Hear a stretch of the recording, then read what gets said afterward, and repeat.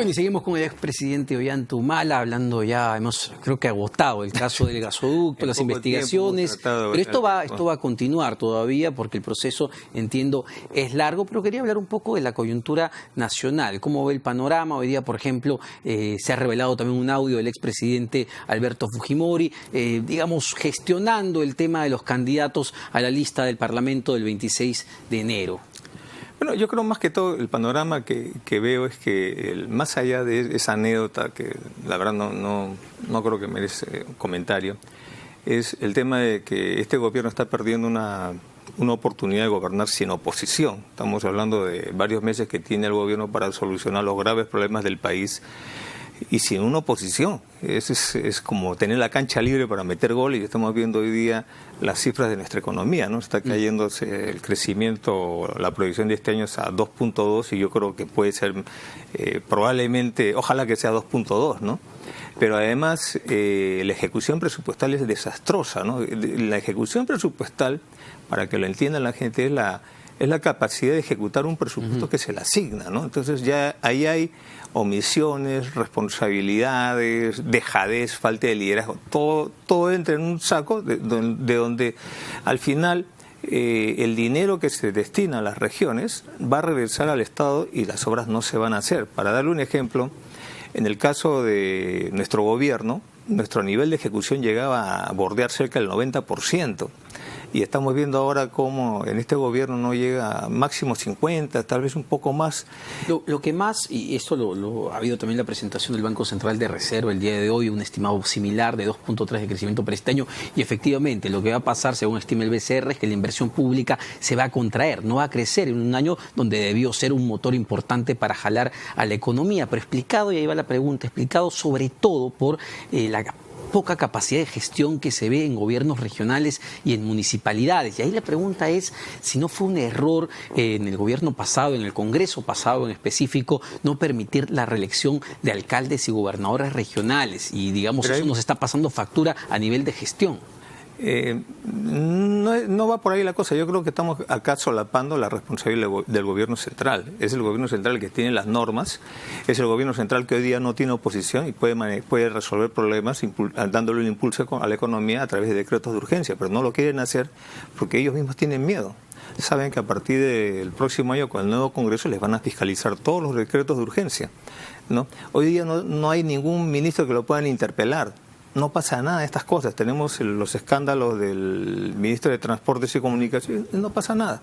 Entonces, tienen la mesa servida para fortalecer las cosas y no se están haciendo. ¿Le parece irregular, ya dado que menciona el tema del ministro Edmar Trujillo, le parece irregular, sospechoso que se haya dado un desembolso en 24 horas de 44 millones de soles para un hospital regional en la forma que se ha dado? Bueno, no conozco el caso, tampoco puedo hacerle una imputación al señor ministro, pero con mi experiencia jamás hubiera aceptado, ¿no?, microdesembolsos para sacarle la vuelta a una norma del BCR o de la Contraloría o del Ministerio de Economía y Finanzas, ¿no? Porque al final es como pitufiar, ¿no?, un pago, ¿no?, el último día de salida. El último día de salida ya no estoy haciendo esas cosas, pues, ¿no? Y esto, digamos, te conoce como las jerarquías dentro del sector público. ¿Esto podría alcanzar responsabilidad al presidente Vizcarra, que era gobernador regional de Moquegua? Bueno, cuando yo era presidente, a mí me respondían los presidentes regionales. O sea, cuando venían a darme una excusa del secretario, del gerente, este es tu problema, compadre. Tú me respondes a mí. Así es la cosa, ¿no? Porque cuando fijábamos un presupuesto para obras, yo no hablaba con el gerente regional, hacíamos un consejo de ministros descentralizado o lo recibíamos a los presidentes y después gobernadores regionales, y con ellos veíamos cuáles eran los proyectos que ellos querían. Y efectivamente, a Moquegua le dimos 3 grandes proyectos que me pidió el actual presidente, que era el hospital, un proyecto de irrigación, Lomas de Hilo me parece que se llamaba, y la carretera que conectaba a Moquegua por Omate hasta Arequipa, pero por la sierra. Y lamentablemente se le dio el presupuesto y ninguno de esos proyectos se concluyó. Entonces, qué bien que se haya concluido el hospital de Moquegua, pero que se solucionen estas cosas, ¿no? Hay una orfandad en este momento de grandes proyectos de infraestructura, se lo digo porque viendo las cifras lamentablemente de inversión privada, lo que vemos es que lo que está arrastrando, jalando a la economía hacia arriba es la inversión minera, pero la gran inversión en infraestructura es casi nula, 1% de crecimiento. ¿Cómo ve ahí el panorama? Bueno, con el riesgo de que la inversión minera se caiga también, porque todavía no está resuelto el problema de las bambas. Sí, claro. ¿No? Y por otro lado, yo siento que este gobierno no ha querido continuar las obras que les dejamos, ¿no? Por ejemplo, gasoducto surperuano, que no hay ninguna prueba de que esté manchada de corrupción. Y aún así se hace un corte y se continúa la obra, porque el Estado está pagando un mantenimiento de todo el proceso. La refinería de Talara, está el Museo Nacional de Antropología que está acá en Pachacamac. Hay una serie de carreteras que hemos dejado. Qué bien que el presidente... ¿No se arrepiente de refinería de Talara? ¿No fue un elefante blanco? No, ¿Es una obra millonaria para el país? No, fíjese, bueno, es que nosotros hemos hecho mega obras, ¿no? Y el hecho solamente de haber lanzado el proyecto de la refinería de Talara generó una inversión de $700 millones de Repsol, de Relapasa, ¿no? De la refinería de La Pampilla, que tenía que modernizar sus instalaciones para mejorar la calidad del aire, y que no lo hacía porque el Estado no invertía también en Talara. Entonces, fíjese las cosas que han ido mejorando. Entonces, además el mismo gobierno señaló que había que continuar y efectivamente yo no me arrepiento de esa obra. Una última pregunta, presidente. ¿Cree que el Congreso que venga, que se elige este 26 de enero, va a ser mejor que el que se ha ido? ¿Qué es lo que espera para el 2020? Es algo especulativo, ¿no? Yo lo que veo es que el Congreso va a ser un Congreso fraccionado y creo además que a lo mucho van a tener tiempo de revisar los decretos de urgencia. Probablemente asuman la tarea de hacer algunos cambios en el Tribunal Constitucional, probablemente, pero va a ser muy difícil que tengan acuerdos como para poder seguir lanzando la reforma de justicia y la reforma política que tanto necesitamos en el país. ¿Y está listando su candidatura al 2021? No, más bien, ¿qué te iba a decir? No sé si había otro tema más sobre el tema de la fiscal Mori. Unas declaraciones que justamente mencionaba, estábamos conversando en el corte, las declaraciones que dio la prensa, señalaba, me decía que no se condecían con lo que efectivamente se ha publicado en las declaraciones de Jorge Barata.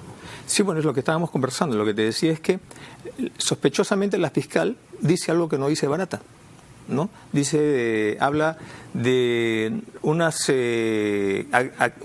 intervenciones de mi esposa para solucionar problemas, y cuando lees la declaración del señor Barata en ningún momento ha dicho eso, ¿no? Y de ahí se agarra el comercio también para criminalizar a mi esposa y dedicarle portadas tanto a ella como a mí. Entonces, a mí me parece que la fiscal Mori está o actuando de manera poco objetiva o está siendo presionada por el fiscal coordinador o por alguna otra autoridad que quiere criminalizarnos, no sé con qué intención, además de hacernos daño, tal vez tapar alguna cosa, ¿no? Bueno, en todo caso, que no solamente ustedes, ¿no? Está investigando a todos los políticos peruanos en este contexto. A ver, una cosa es que investiga a los políticos, a todos, pero no todos somos iguales. Nosotros no tenemos ningún acto de corrupción. Y esta señora fiscal, no tiene el derecho de mentir, ¿no? En todo caso, es la última persona que puede mentir y debe ser sancionada por haber faltado a la verdad y por haberlo hecho de manera pública, criminalizando a mi esposa. ¿Para qué? ¿Sabe para qué lo ha hecho? Porque se venía la diligencia de impedimento de salida para 27 personas, entre ellas mi esposa, ¿no? Pero ponen a mi esposa como si fuera la cabeza, y quería impactar mediáticamente y además, pienso yo, presionar al juez.